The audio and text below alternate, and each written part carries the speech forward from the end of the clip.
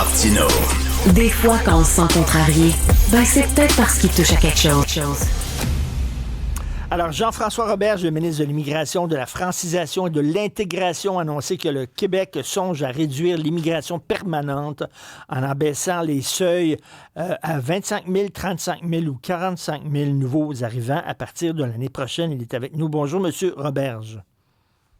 Bonjour, M. Martineau. Alors, écoutez, il y a des gens qui vont dire, il me semble qu'il y avait déjà annoncé ça, le gouvernement du Québec. On se souvient, M. Legault, il a dit que ça serait suicidaire d'accueillir plus de 50 000 immigrants permanents par année. On en accueillait 67 000. Donc, est-ce que cette fois-là, c'est la bonne? Oui, c'est la bonne. Depuis 2018 que la Coalition Avenir Québec est arrivée en fonction, alors, on a une moyenne d'à peu près 51 000 immigrants permanents par année. Mais je vais vous dire, à ce moment-ci, savoir combien d'immigrants permanents on reçoit, c'est intéressant. Mais ce qu'on doit considérer, c'est l'ensemble de la question, donc à la fois les temporaires et les permanents. Parce que les temporaires, c'est ça, en ce moment, la question migratoire de l'heure. Il y a plus de 620 000 immigrants temporaires, des fois on dit résidents non permanents sur le territoire québécois. C'est immense, on n'a jamais même été proche de ça. En 2018 et 2022, sur 4 ans, ça montait à peu près de 25 000 par année. Mais depuis 2022, ça monte de 100 000 par année. Et la grande majorité, plus des 2 tiers et encore plus que ça, relève du gouvernement canadien, relève d'Ottawa. Donc, oui, aujourd'hui, on annonce des scénarios de planification sur ce qu'on contrôle au Québec, mais surtout, on a une pression sur Ottawa pour dire là, vous devez réduire les demandeurs d'asile, les gens qui sont sur le programme Mobilité internationale. Absolument, absolument. Écoutez, vous m'ouvrez la porte, là, parce que ce n'était pas l'occasion parfaite, ça. La grande réunion de famille qu'il y a eu autour de M. Carney. Il y a des gens qui disent que M. Legault aurait dû en profiter peut-être pour justement faire des demandes au point de vue donnez-nous plus de pouvoir en immigration. Il y a des gens qui disent que M. Legault s'est écrasé, puis il aurait dû négocier ça tout de suite. Ouais, ben, il faut être familier avec le concept d'ordre du jour. Là, c'était une rencontre à l'ordre du jour où il parlait de dossiers économiques, d'infrastructures, de financement pour nos projets ici au Québec, notamment la ligne qui va nous permettre de concrétiser l'entente qu'on a fait avec Terre-Neuve, là, Churchill Falls. On a des mégawatts, on en a pour des milliards de dollars. Donc, si on est capable d'aller chercher ces milliards-là d'Ottawa pour OK. concrétiser Mais nos projets vous énergétiques, voulez, c'est une vous voulez chose, quand tu sais. même demander, mais même exiger du Canada qui abaisse là, Oui. son taux de demandeurs d'asile, là. Oui, puis réclamer les pouvoirs d'Ottawa aussi. Là. Je disais juste que c'était pas une rencontre qui était sur ce sujet-là, mais moi, je peux vous dire que lorsque j'ai parlé à la nouvelle ministre de l'Immigration, il y a quoi, une dizaine de jours, Mme Edledge, je lui ai réaffirmé notre demande. On veut contrôler 100% des leviers. On est la province, on est l'État au Canada qui contrôle le plus son immigration. Les autres laissent essentiellement Ottawa gérer l'immigration. Nous, on contrôle une bonne partie de notre immigration, mais les leviers qui nous manquent, ben, ça nous empêche d'avoir réellement le plein contrôle. Puis c'est un enjeu parce que avec notre réalité au Québec, on est une nation distincte, avec des valeurs distinctes, une culture distincte, notre langue française. C'est sûr que c'est mieux si on a l'ensemble des leviers. En attendant, il faut convaincre Ottawa de reprendre le contrôle, surtout sur la question des demandeurs d'asile. Donc, il y a plus de 420 000 temporaires là, qui relèvent d'Ottawa. Nous, ce qu'on dit, c'est qu'il faut réduire ça au moins à un maximum de 200 000. Donc, il y en a plus de 220 000 qui doivent quitter le territoire du Québec.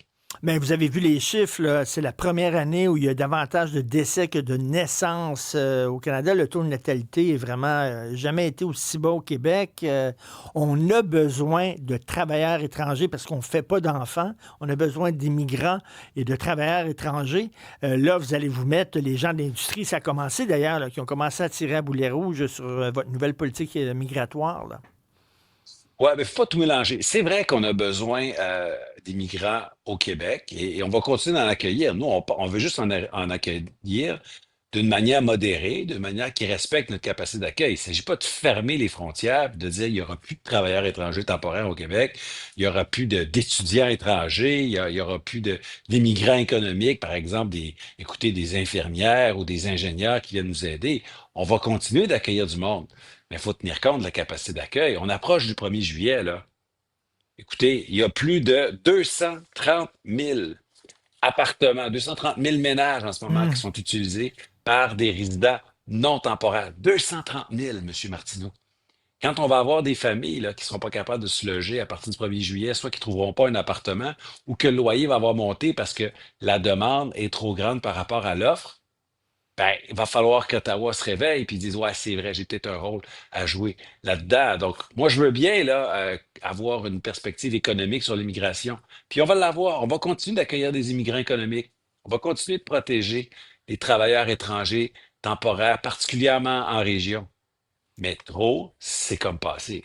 Mais c'est une roue qui tourne, puis on a toujours besoin de travailleurs temporaires. Est-ce que ce serait pas mieux de baisser le nombre de travailleurs temporaires, augmenter peut-être le nombre d'immigrants permanents, puis ces gens-là travailleraient et ça serait pas à répéter chaque fois d'aller en chercher à l'étranger à chaque Mhm. saison, là.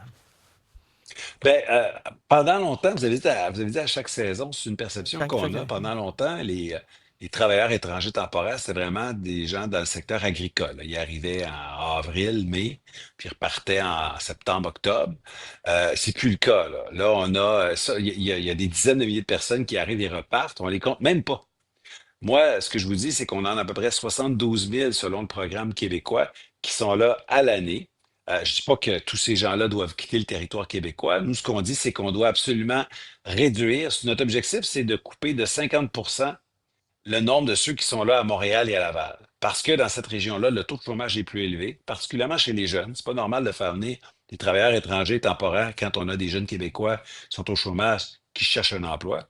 Puis en plus, Montréal-Laval, on sait qu'on a des enjeux de logement et on sait qu'on a des enjeux de langue française. Donc, l'idée, c'est d'avoir une approche qui est agile, puis qui ne considère pas de la même manière le centre-ville de Montréal, puis ce qui se passe à Saint-Hyacinthe ou en Beauce. Et écoutez, il y a aussi la filière là, des gens qui rentrent comme étudiants étrangers et qui en profitent Mhm. pour pouvoir rester ici. Ottawa a promis de serrer la vis là-dessus. Qu'est-ce que vous en pensez? On a hâte qu'ils le fassent réellement, surtout pour nous aider avec des gens qui entrent sous de faux prétextes. Mais là, je veux faire Oui. attention. Des étudiants étrangers qui arrivent ici, c'est aussi des candidats exceptionnels à l'immigration permanente. D'abord, ils sont jeunes. Ensuite, ils diplôment dans nos cégeps, dans nos universités. Donc, pas d'enjeu de reconnaissance des diplômes. Mais est-ce qu'ils Ils parlent apprennent la langue français? française. Ils Pas parlent tous, là. français.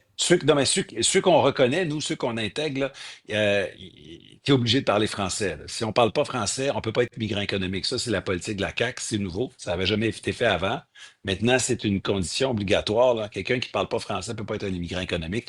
Et ça vaut aussi pour les étudiants étrangers.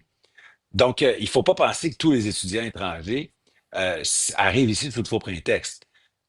Mais il y en a, et il y en a eu de plus en plus. Ils arrivent ici, en réalité, c'est pas de réels étudiants, ce sont des demandeurs d'asile Mais qui ont fait un petit tour de passe-passe, se sont fait admettre, mais dans le but de demander l'asile. Là-dessus, il faut un resserrement.